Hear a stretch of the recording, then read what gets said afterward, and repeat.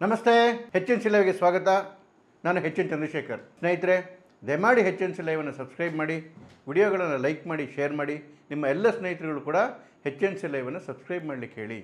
ಮೊನ್ನೆ ಅಂದರೆ ಜುಲೈ 14ನೇ ತಾರೀಕು ಒಂದು ರಾಜ್ಯದ ಮುಖ್ಯಮಂತ್ರಿ ತನ್ನದೇ ರಾಜ್ಯದೊಳಗೆ ಪೊಲೀಸರನ್ನ ಎದುರಿಸಲಾರದೆ ಕಾಂಪೌಂಡ್ ಹತ್ತಿ ಓಡೋದ್ರು. ಮಾಜಿ ಮುಖ್ಯಮಂತ್ರಿ ಅಲ್ಲ ರೀ, ಪ್ರೆಸೆಂಟ್ ಮುಖ್ಯಮಂತ್ರಿ. ಭಾರತದಲ್ಲಿ ಒಂದಷ್ಟು ಜನ ಪಾಪಿಗಳಿರೋವರೆಗೂ ಇದು ನಡೆಯುತ್ತೆ. ಇದು ನಡೆದಿದ್ದೆಲ್ಲಿ ಗೊತ್ತಾ? ಜಮ್ಮು ಕಾಶ್ಮೀರದ ಮುಖ್ಯಮಂತ್ರಿ ಒಮರ್ ಅಬ್ದುಲ್ಲಾ ಕಳೆದ ಸೋಮವಾರದಂದು ಶಹೀದ್ ದಿವಸ್ ಆಚರಣೆ ಮಾಡೋಕೆ ಹೋದ್ರು. ಆ ಶಹೀದ್ ದಿವಸವನ್ನ ಆಚರಣೆ ಮಾಡಬಾರ್ದು ಅಂತ ಹೇಳಿ 2019ರಿಂದನೂ ಅದಕ್ಕೆ ತಡೆ ತಂದಿದ್ರು.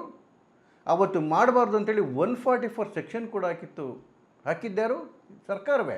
ಸರ್ಕಾರದ ಆದೇಶ ಪಾಲಿಸಬೇಕಾಗಿದ್ದಂಥ ಒಬ್ಬ ಮುಖ್ಯಮಂತ್ರಿ ಕಾನೂನನ್ನು ಮುರಿದು ಕಾಂಪೌಂಡ್ ಹಾರಿ ಓಡೋಗ್ತಾನೆ ಅಂತ ಹೇಳಿದ್ರೆ ಇದಕ್ಕಿಂತ ದೊಡ್ಡ ವಿಡಂಬನೆ ಏನಿದೆ ರೀ? ಏನಂತ ಅರ್ಜೆಂಟ್ ಇತ್ತು ಉಮರ್ ಅಬ್ದುಲ್ಗೆ ಅಂತ ನಿಮಗೆ ಪ್ರಶ್ನೆ ಬಂದಿರಬಹುದು. ನೋಡಿ, ಅದರ ಹಿನ್ನೆಲೆ ಒಂದು ಸ್ವಲ್ಪ ಹೇಳ್ತೀನಿ. 1931ರಿಂದನೂ ಜುಲೈ 13ನೇ ತಾರೀಕಂದು ಶಹೀದ್ ದಿವಸ್ ಅಂತೇಳಿ ಅಲ್ಲಿ ಆಚರಣೆ ಮಾಡ್ತಾರೆ. ಅಲ್ಲಿ ಕಬ್ರಸ್ತಾನಕ್ಕೆ ಹೋಗ್ತಾರೆ, ಅಲ್ಲಿ ಫಾತಿಯಾ ಓದ್ತಾರೆ. ಏನಿದು ಶಹೀದ್ ದಿವಸ? ತುಂಬಾ ಇಂಟ್ರೆಸ್ಟಿಂಗ್ ವಿಚಾರ ಇದು. ನೋಡಿ ಏನಾಯ್ತು, 1931ರಷ್ಟೊತ್ತಿಗೆ ಕಾಶ್ಮೀರದಲ್ಲಿ ಮುಸಲ್ಮಾನರ ಜನಸಂಖ್ಯೆ ಭಾಳ ಜಾಸ್ತಿ ಆಗ್ತಾ ಹೋಯಿತು. ಆಗ ಕಾಶ್ಮೀರ ಅಂತ ಹೇಳಿದ್ರೆ ಲಡಾಖು ಸೇರ್ಕೊಳ್ಳೋದು, ಗಿಲ್ಗಿಟ್ ಬಲ್ಕಿಸ್ತಾನೂ ಸೇರ್ಕೊಳ್ಳೋದು, ಇಷ್ಟು ಪ್ರದೇಶಗಳು ಸೇರಿ ಕಾಶ್ಮೀರ ಆಗಿತ್ತು. ಆದರೆ ಕಾಶ್ಮೀರದ ರಾಜ ಹರಿಸಿಂಗ್ ಒಬ್ಬ ಹಿಂದೂ.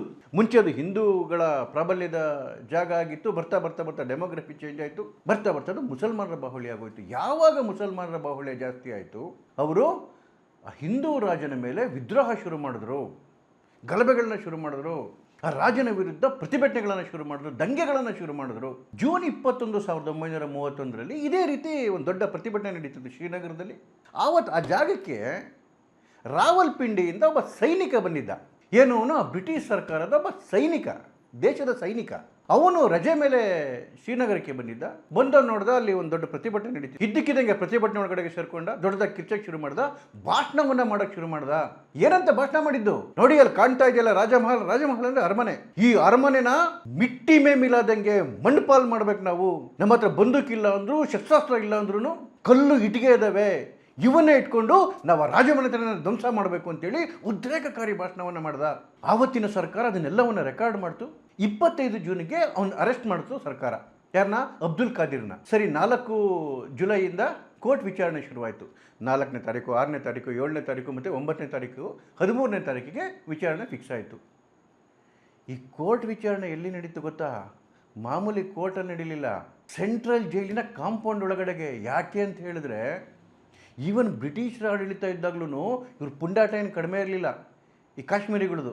ಎಲ್ಲಿ ಕೋರ್ಟ್ ಹಾಲ್ ಮೇಲೆ ಬಂದು ಅಟ್ಯಾಕ್ ಮಾಡಿಬಿಡ್ತಾರೆ ಅಂತೇಳಿ ಭದ್ರತೆ ಇರತಕ್ಕಂತಹ ಸೆಂಟ್ರಲ್ ಜೈಲ್ ಒಳಗಡೆಗೆ ಒಂದು ಮೇಕ್ ಶಿಫ್ಟ್ ಕೋರ್ಟ್ ಮಾಡಿ ಅಲ್ಲಿ ಇವನು ಅಬ್ದುಲ್ ಖಾದಿರ್ದು ವಿಚಾರಣೆ ಶುರುವಾಯಿತು. ಅದು ವಿಚಾರಣೆ ಮಾಡೋ ಸಂದರ್ಭದಲ್ಲಿ ಡೈಲಿ 1000 ಜನ ಈ ಪುಂಡ್ರು ಸೇರ್ಕೊಳ್ಳೋರು. ಆಗ ಅಲ್ಲಿನ ಬ್ರಿಟಿಷ್ ಜಡ್ಜು ವಾರ್ನ್ ಮಾಡಿದ್ರು ಅವರ ಏನು ಅಬ್ದುಲ್ ಖಾದಿರ್ ಅಡ್ವೊಕೇಟ್ಗಳಿಗೆ, 2 ಮುಸ್ಲಿಂ ಅಡ್ವೊಕೇಟ್ಗಳಿದ್ರು.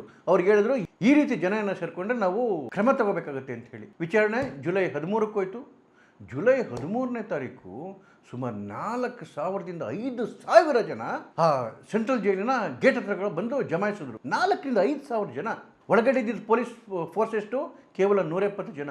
ಅದರಲ್ಲಿ ಕೇವಲ 131 ಜನ ಪೊಲೀಸ್ ಹತ್ರ ಮಾತ್ರ ಬಂದೂಕುಗಳಿದ್ವು. ಬಂದವರೇನೇನೆ ಆ ಗೇಟನ್ನು ಒಡೆದು ನುಗ್ಗಿ ಒಳಗಡೆಗೆ ದಾಂಧಲೆ ಮಾಡ್ಲಿಕ್ಕೆ ಶುರು ಮಾಡಿಬಿಟ್ರು. ಅಲ್ಲಿ ಜಡ್ಜ್ ಕೂತಿದ್ರು, ಡಿಸ್ಟ್ರಿಕ್ಟ್ ಮ್ಯಾಜಿಸ್ಟ್ರೇಟ್. ಅವ್ರಿಗೇನು ಬೇರೆ ದಾರಿ ಇರಲಿಲ್ಲ, ಗೋಲಿಬಾರನ್ನ ಆರ್ಡರ್ ಮಾಡಿದ್ರು. ಯಾಕೆ ಗೋಲಿಬಾರ್ ಆರ್ಡರ್ ಮಾಡಬೇಕಾಯ್ತು ಅಂತ ಹೇಳಿದ್ರೆ, ನೋಡಿ 5,000 ಜನ ನುಗ್ತವ್ರೆ, ಮೇಲ್ಗಡೆಗೆ ದಾಂಧಲೆ ಶುರು ಮಾಡ್ತಾವ್ರೆ. ಅದಿರೋ ಪೊಲೀಸು ಬೆಳ್ಳಣಿಕೆ ಅಷ್ಟು, ಜೀವ ಉಳಿಸ್ಕೊಳ್ಳೋಕೆ ಬೇರೆ ದಾರಿನೇ ಇರಲಿಲ್ಲ. ಜಡ್ಜ್ಗೂ ಕೂಡ ಗೋಲಿಬಾರ್ ಆಯಿತು. ಆ ಗೋಲಿಬಾರಲ್ಲಿ 17 ಜನ ಅಲ್ಲೇ ಸತ್ರು. ಆಮೇಲೆ ಹಾಸ್ಪಿಟ್ಲಿಗೆ ಹೋದ್ರಲ್ಲಿ ಮತ್ತೆ 5 ಜನ ಸತ್ರು. ಒಟ್ಟು 22 ಜನ ಆ ಘಟನೆಯಲ್ಲಿ ಪ್ರಾಣ ಕಳ್ಕೊಂಡ್ರು. ಇಡೀ ಶ್ರೀನಗರದಲ್ಲಿ, ಇಡೀ ಕಾಶ್ಮೀರದಲ್ಲಿ ದೊಡ್ಡ ದಂಗೆ ಶುರು ಮಾಡಿಬಿಟ್ರು ರೀ. ಇದೇ ಕಾರಣ ಇಟ್ಕೊಂಡು ಆ ಹೆಣಗಳನ್ನ ಇಟ್ಕೊಂಡು ಆ ಹೆಣಗಳನ್ನ ಮೆರವಣಿಗೆ ಮಾಡಿದ್ರು ಶ್ರೀನಗರದಲ್ಲೆಲ್ಲ. ದೊಡ್ಡ ದೊಂಬಿ, ದೊಡ್ಡ ಗಲಾಟೆ, ಎಲ್ಲ ಹಿಂದೂ ಮನೆಗಳಿಗೆ ಬೆಂಕಿ ಇಡೋದು, ಹಿಂದೂ ಅಂಗಡಿಗಳಿಗೆ ಬೆಂಕಿ ಇಡೋದು, ಪೂರ್ತಿ ಹಿಂದೂ ವಿರೋಧಿ ದಂಗೆ ಶುರುವಾಗೋಯ್ತು. ಅದಾದ ನಂತರ ನಡೆದ ಸಭೆಗೆ ಶೇಖ್ ಅಬ್ದುಲ್ಲಾ ಬಂದು ಭಾಷಣ ಮಾಡ್ದ. ನೋಡಿ, ಶೇಖ್ ಅಬ್ದುಲ್ಲಾ ಯಾರು? ಈ ಒಮರ್ ಅಬ್ದುಲ್ಲನ ತಾತ. ಅವನ ಪೊಲಿಟಿಕಲ್ ಕ್ಯಾರಿಯರ್ ಶುರುವಾಗಿದ್ದೇನೆ ಈ ಭಾಷಣದಿಂದ. ಆಮೇಲೆ ಅವನು ನೆಹರುಗೆ ಅತ್ಯಾಪ್ತ ಆದ. ಆಮೇಲೆ ಕಾಶ್ಮೀರವನ್ನು ಹೇಗೆ ಅವನು ನೆಹರು ಸೇರಿಕೊಂಡು ಒಂದು ರೀತಿ ತುಂಡು ಮಾಡಿಬಿಟ್ಟಿದ್ರು, ಅದೊಂದು ದೊಡ್ಡ ಇತಿಹಾಸ, ಅದು ಬಿಡಿ. ಈ ಶೇಖ್ ಅಬ್ದುಲ್ಲಾ ಹೇಗೆ ಆವತ್ತು ಈ ಕಾರ್ಯಕ್ರಮಕ್ಕೆ ಬಂದ, ಅದಕ್ಕೆ ಮುಂಚೆ ಈ ಅಬ್ದುಲ್ ಖಾದಿರ್ ಹೇಗೆ ಈ ಚಳುವಳಿ ಒಳಗಡೆಗೆ ಬಂದ, ಇವೆಲ್ಲವೂ ಇವತ್ತು ಕೂಡ ರಹಸ್ಯ. ಇದೆಲ್ಲವೂ ಆಗಿದ್ದಲ್ಲ, ಅಂದರೆ ಪ್ಲ್ಯಾನ್ ಮಾಡಿ ಇವನ್ನೆಲ್ಲ ಮಾಡಿದ್ದು. ಅದಾದ ಮೇಲೆ 22 ಹೆಣಗಳನ್ನು ಅಲ್ಲಿನ ನಕ್ಷಾಬಂದ್ ಖಬರಸ್ಥಾನಲ್ಲಿ ಹೂತರು. ಆವತ್ತಿಂದ ಜುಲೈ 13ನೇ ತಾರೀಕನ್ನ ಹುತಾತ್ಮ ದಿವಸ ಅಂತೇಳಿ ಘೋಷಣೆ ಮಾಡಿ ಆಚರಣೆ ಮಾಡೋಕ್ಕೆ ಶುರು ಮಾಡಿದ್ರು. ಆ ದಿವಸ ಖಬರಸ್ಥಾನಕ್ಕೆ ಹೋಗಿ ಫಾತಿಯಾ ಓದಲಿಕ್ಕೆ ಶುರು ಮಾಡಿದ್ರು. ನೋಡಿ, ಒಂದು ಮಾತು ಹೇಳ್ತಾರೆ, ಆ ದಂಗೆಯ ನಂತರವೇ ಇಡೀ ಕಾಶ್ಮೀರದಲ್ಲಿ ಈ ಪ್ರತ್ಯೇಕತಾವಾದ ಹಬ್ಬಿದ್ದು ಅಂತ ಹೇಳಿ.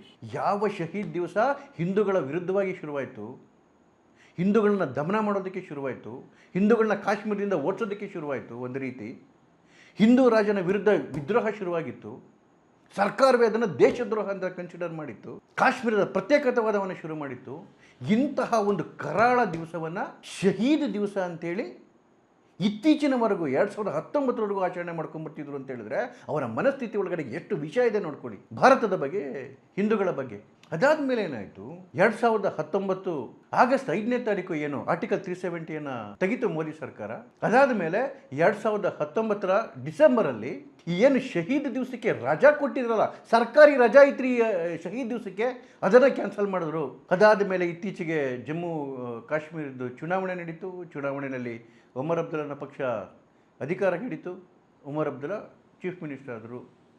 ಚೀಫ್ ಮಿನಿಸ್ಟರ್ ಆದಮೇಲೆ ಈಗ ಇದ್ದಕ್ಕಿದ್ದಂಗೆ ಮೊನ್ನೆ ಜ್ಞಾಪಕ ಬಂದ್ಬಿಡ್ತು, ಜುಲೈ 13ನೇ ತಾರೀಕು ತಾನು ಶಹೀದ್ ದಿವಸ ಆಚರಣೆ ಮಾಡಬೇಕು, ಅಲ್ಲಿ ಖಬರಸ್ಥಾನಕ್ಕೆ ಹೋಗಿ ಫಾತಿಯಾ ಓದಬೇಕು ಅಂಥೇಳಿ. ಹೋದ ವರ್ಷ ಅವ್ರಿಗೆ ಅನ್ನಿಸ್ಲಿಲ್ಲ. ಯಾಕೆ ಅಂತ ಹೇಳಿದ್ರೆ ಗೊತ್ತಿಲ್ಲ ಅವ್ರಿಗೆ, ಪೊಲಿಟಿಕಲ್ ಕಂಪಲ್ಸರಿ ಇರಲಿಲ್ಲ. ಇಷ್ಟು ದಿವಸ ಇಲ್ದಿದ್ದು 19 ಆದಮೇಲೆ ಇದ್ದಕ್ಕಿದ್ದಂಗೆ ಈ ವರ್ಷ ಜ್ಞಾಪಕ ಬಂದ್ಬಿಡ್ತು ಅವ್ರಿಗೆ. ಅಲ್ಲಿ ಸರ್ಕಾರ 144 ಸೆಕ್ಷನ್ ಹಾಕಿತ್ತು. ಆ ಸೆಕ್ಷನ್ ಹಾಕಿದ್ರು ಅಲ್ಲಿನ ಚೀಫ್ ಮಿನಿಸ್ಟರ್ ಘೋಷಣೆ ಮಾಡ್ತಾರೆ, ನಾನು ಇವತ್ತೋಗಿ ಫಾತಿಯಾ ಓದ್ತೀನಿ ಅಂತೇಳಿ. ಆಗ ಅಲ್ಲಿ ಪೊಲೀಸು ಅವ್ರನ್ನ ಜುಲೈ 13ನೇ ತಾರೀಕು ತಡೆ ಹಿಡಿದು ಅವ್ರನ್ನ ವಾಪಸ್ ಕಳಿಸೋದು. ಜುಲೈ 14ನೇ ತಾರೀಕು ಯಾರಿಗೂ ಹೇಳ್ದೆ ಕೇಳಿದೆ ಅವರು ಮತ್ತು ಅವರ ಅಪ್ಪ ಇಬ್ಬರೂ ಬೈಕಲ್ಲೂ ರಿಕ್ಷಾದಲ್ಲೂ ಅನಿಸುತ್ತೆ ಇದ್ದಕ್ಕಿದ್ದಂಗೆ ನಾನು ಜಾಗಕ್ಕೆ ಹೋದರು. ಅಲ್ಲಿ ಪೊಲೀಸರು ಅಡ್ಡ ಹಾಕಿದ್ರೆ ಕಾಂಪೌಂಡ್ ಹಾರಿ ಖಬರಸ್ಥಾನಕ್ಕೆ ಒಳಗಡೆ ಹೋದ್ರು ಫಾತಿಯಾ ಓದೋದಕ್ಕೆ. ಏನು ದುರಂತ ರೀ. ನನಗೆ ಈಗ ಪ್ರಶ್ನೆ ಬರೋದು, ಅಲ್ಲಿನ ಆಡಳಿತದ ಮೇಲೆ ಒದ್ದು ಅರೆಸ್ಟ್ ಮಾಡಬೇಕಾಗಿತ್ತು. CM ಆಗಲಿ ಯಾರಾದರೂ ಆಗಲಿ ಕಾನೂನನ್ನು ಮುರಿದ್ರೆ ಯಾಕೆ ಅರೆಸ್ಟ್ ಮಾಡಲಿಲ್ಲ? ನೀವು ಅವ್ರು ಮೆರವಣಿಗೆ ಮಾಡೋದನ್ನು ಅಥವಾ ಒಳಗಡೆ ಹೋಗೋದನ್ನು ನಿಷೇಧಾಜ್ಞೆ ಕಾರಣಕ್ಕೋಸ್ಕರ ತಡೆಯುತ್ತೆ ಕಾನೂನು ಅಂತ ಹೇಳಿದ್ರೆ, ಉಲ್ಲಂಘನೆ ಮಾಡಿದ್ಮೇಲೆ ಅರೆಸ್ಟ್ ಮಾಡಲೇಬೇಕಾಗಿತ್ತು ತಾನೇ. ಯಾಕೆ ಬಿಡಕ್ಕೆ ಹೋದ್ರಿ ನೀವು? ಒದ್ದು ಅರೆಸ್ಟ್ ಮಾಡಿ ಒಳಗಡೆ ಹಾಕಬೇಕಾಗಿತ್ತು. ಬುದ್ಧಿ ಬಂದಿರೋದು.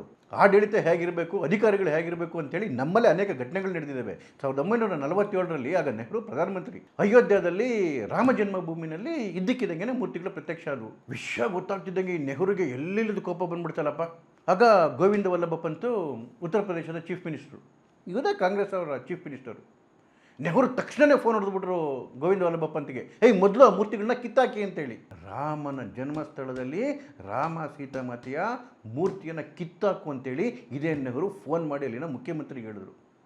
ಆ ಮುಖ್ಯಮಂತ್ರಿಗೆ ಒಪ್ಪಲಿಲ್ಲ. ಯಾಕೆ ಅಂತ ಹೇಳಿದ್ರೆ ಅವರಿಗೆ ಗೊತ್ತಿತ್ತು, ಅಕಸ್ಮಾತ್ ಏನಾದರೂ ಸರ್ಕಾರ ಈ ರೀತಿ ಕೆಲಸ ಮಾಡಿದ್ರೆ ಏನು ಪರಿಣಾಮ ಎದುರಿಸ್ಬೇಕಾಗತ್ತೆ, ಜನಗಳು ಬಿಡ್ತಾರ ನಮ್ಮನ್ನು ಅಂತ ಹೇಳಿ ನೆಹರುಗೆ ಹೇಳಿದ್ರು, ಇಲ್ಲ ಆ ಥರ ಮಾಡಲಿಕ್ಕಾಗಲ್ಲ ಅಂಥೇಳಿ.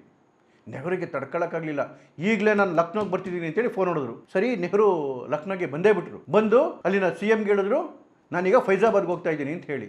ಫೈಜಾಬಾದ್ ಅಂತ ಹೇಳಿದ್ರೆ ಅಯೋಧ್ಯೆ ಮುಂಚೆ ಫೈಜಾಬಾದ್ ಅಂತ ಕರೀತಾಯಿದ್ರು. ಫೈಜಾಬಾದ್ಗೆ ಹೋಗ್ತೀನಿ ಅಂತೇಳಿ. ಏನು ಮಾಡ್ತಾರೆ CM? ತಕ್ಷಣ ಗೋವಿಂದ ವಲ್ಲಭ ಪಂತು ಅಂದರೆ CM ಅವರು ಅಲ್ಲಿನ DMಗೆ ಡಿಸ್ಟ್ರಿಕ್ಟ್ ಮ್ಯಾಜಿಸ್ಟ್ರೇಟ್ಗೆ ಫೋನ್ ಮಾಡಿ ಹೇಳಿದ್ರು. ಎಲ್ಲಿನ ಡಿಸ್ಟ್ರಿಕ್ಟ್ ಮ್ಯಾಜಿಸ್ಟ್ರೇಟು? ಫೈಜಾಬಾದ್ನ ಅಂದರೆ ಅಂದಿನ ಅಯೋಧ್ಯೆದ ಡಿಸ್ಟ್ರಿಕ್ಟ್ ಮ್ಯಾಜಿಸ್ಟ್ರೇಟ್ಗೆ ಫೋನ್ ಮಾಡಿ ಹೇಳಿದ್ರು, ಹೀಗೆ ಪ್ರಧಾನಮಂತ್ರಿಗಳು ಬರ್ತಾ ಇದ್ದಾರೆ, ದಯಮಾಡಿ ಅಲ್ಲಿ ಅರೇಂಜ್ಮೆಂಟ್ಸ್ ಮಾಡಿ ಅಂತ ಹೇಳಿ. ಅದರಲ್ಲಿ ಅಷ್ಟೊತ್ತಿಗೆ ಆಗಲೇ 144 ಸೆಕ್ಷನ್ ಹಾಕಿದ್ರು. ಆವತ್ತಿನ DM KK ನಯ್ಯರ್, ಕೇರಳ ಮೂಲದ IAS ಅಧಿಕಾರಿ. ಆಗ ಒಬ್ಬ ಡಿಸ್ಟ್ರಿಕ್ಟ್ ಮ್ಯಾಜಿಸ್ಟ್ರೇಟು ಏನಂತ ಉತ್ತರ ಕೊಟ್ಟರು ಗೊತ್ತಾ ಚೀಫ್ ಮಿನಿಸ್ಟರ್ಗೆ? ಸರ್, ಹೇಗಾದರೂ ಮಾಡಿ ಪ್ರಧಾನಮಂತ್ರಿಯವ್ರಿಗೆ ಕನ್ವಿನ್ಸ್ ಮಾಡಿ ಇಲ್ಲಿಗೆ ಬರೋದು ಬೇಡ ಅಂಥೇಳಿ, ಅಕಸ್ಮಾತ್ ಅವರೇನಾದರೂ ನಿಮ್ಮ ಮಾತನ್ನು ಮೀರಿ ಇಲ್ಲಿಗೆ ಬಂದರು ಅಂತ ಹೇಳಿದ್ರೆ ಇಲ್ಲಿ 144 ಸೆಕ್ಷನ್ ಹಾಕಿದ್ದೀವಿ, ಯಾರೇ ಅದನ್ನು ಮುರಿದ್ರೂ ಕೂಡ ಅರೆಸ್ಟ್ ಮಾಡ್ತೀವಿ.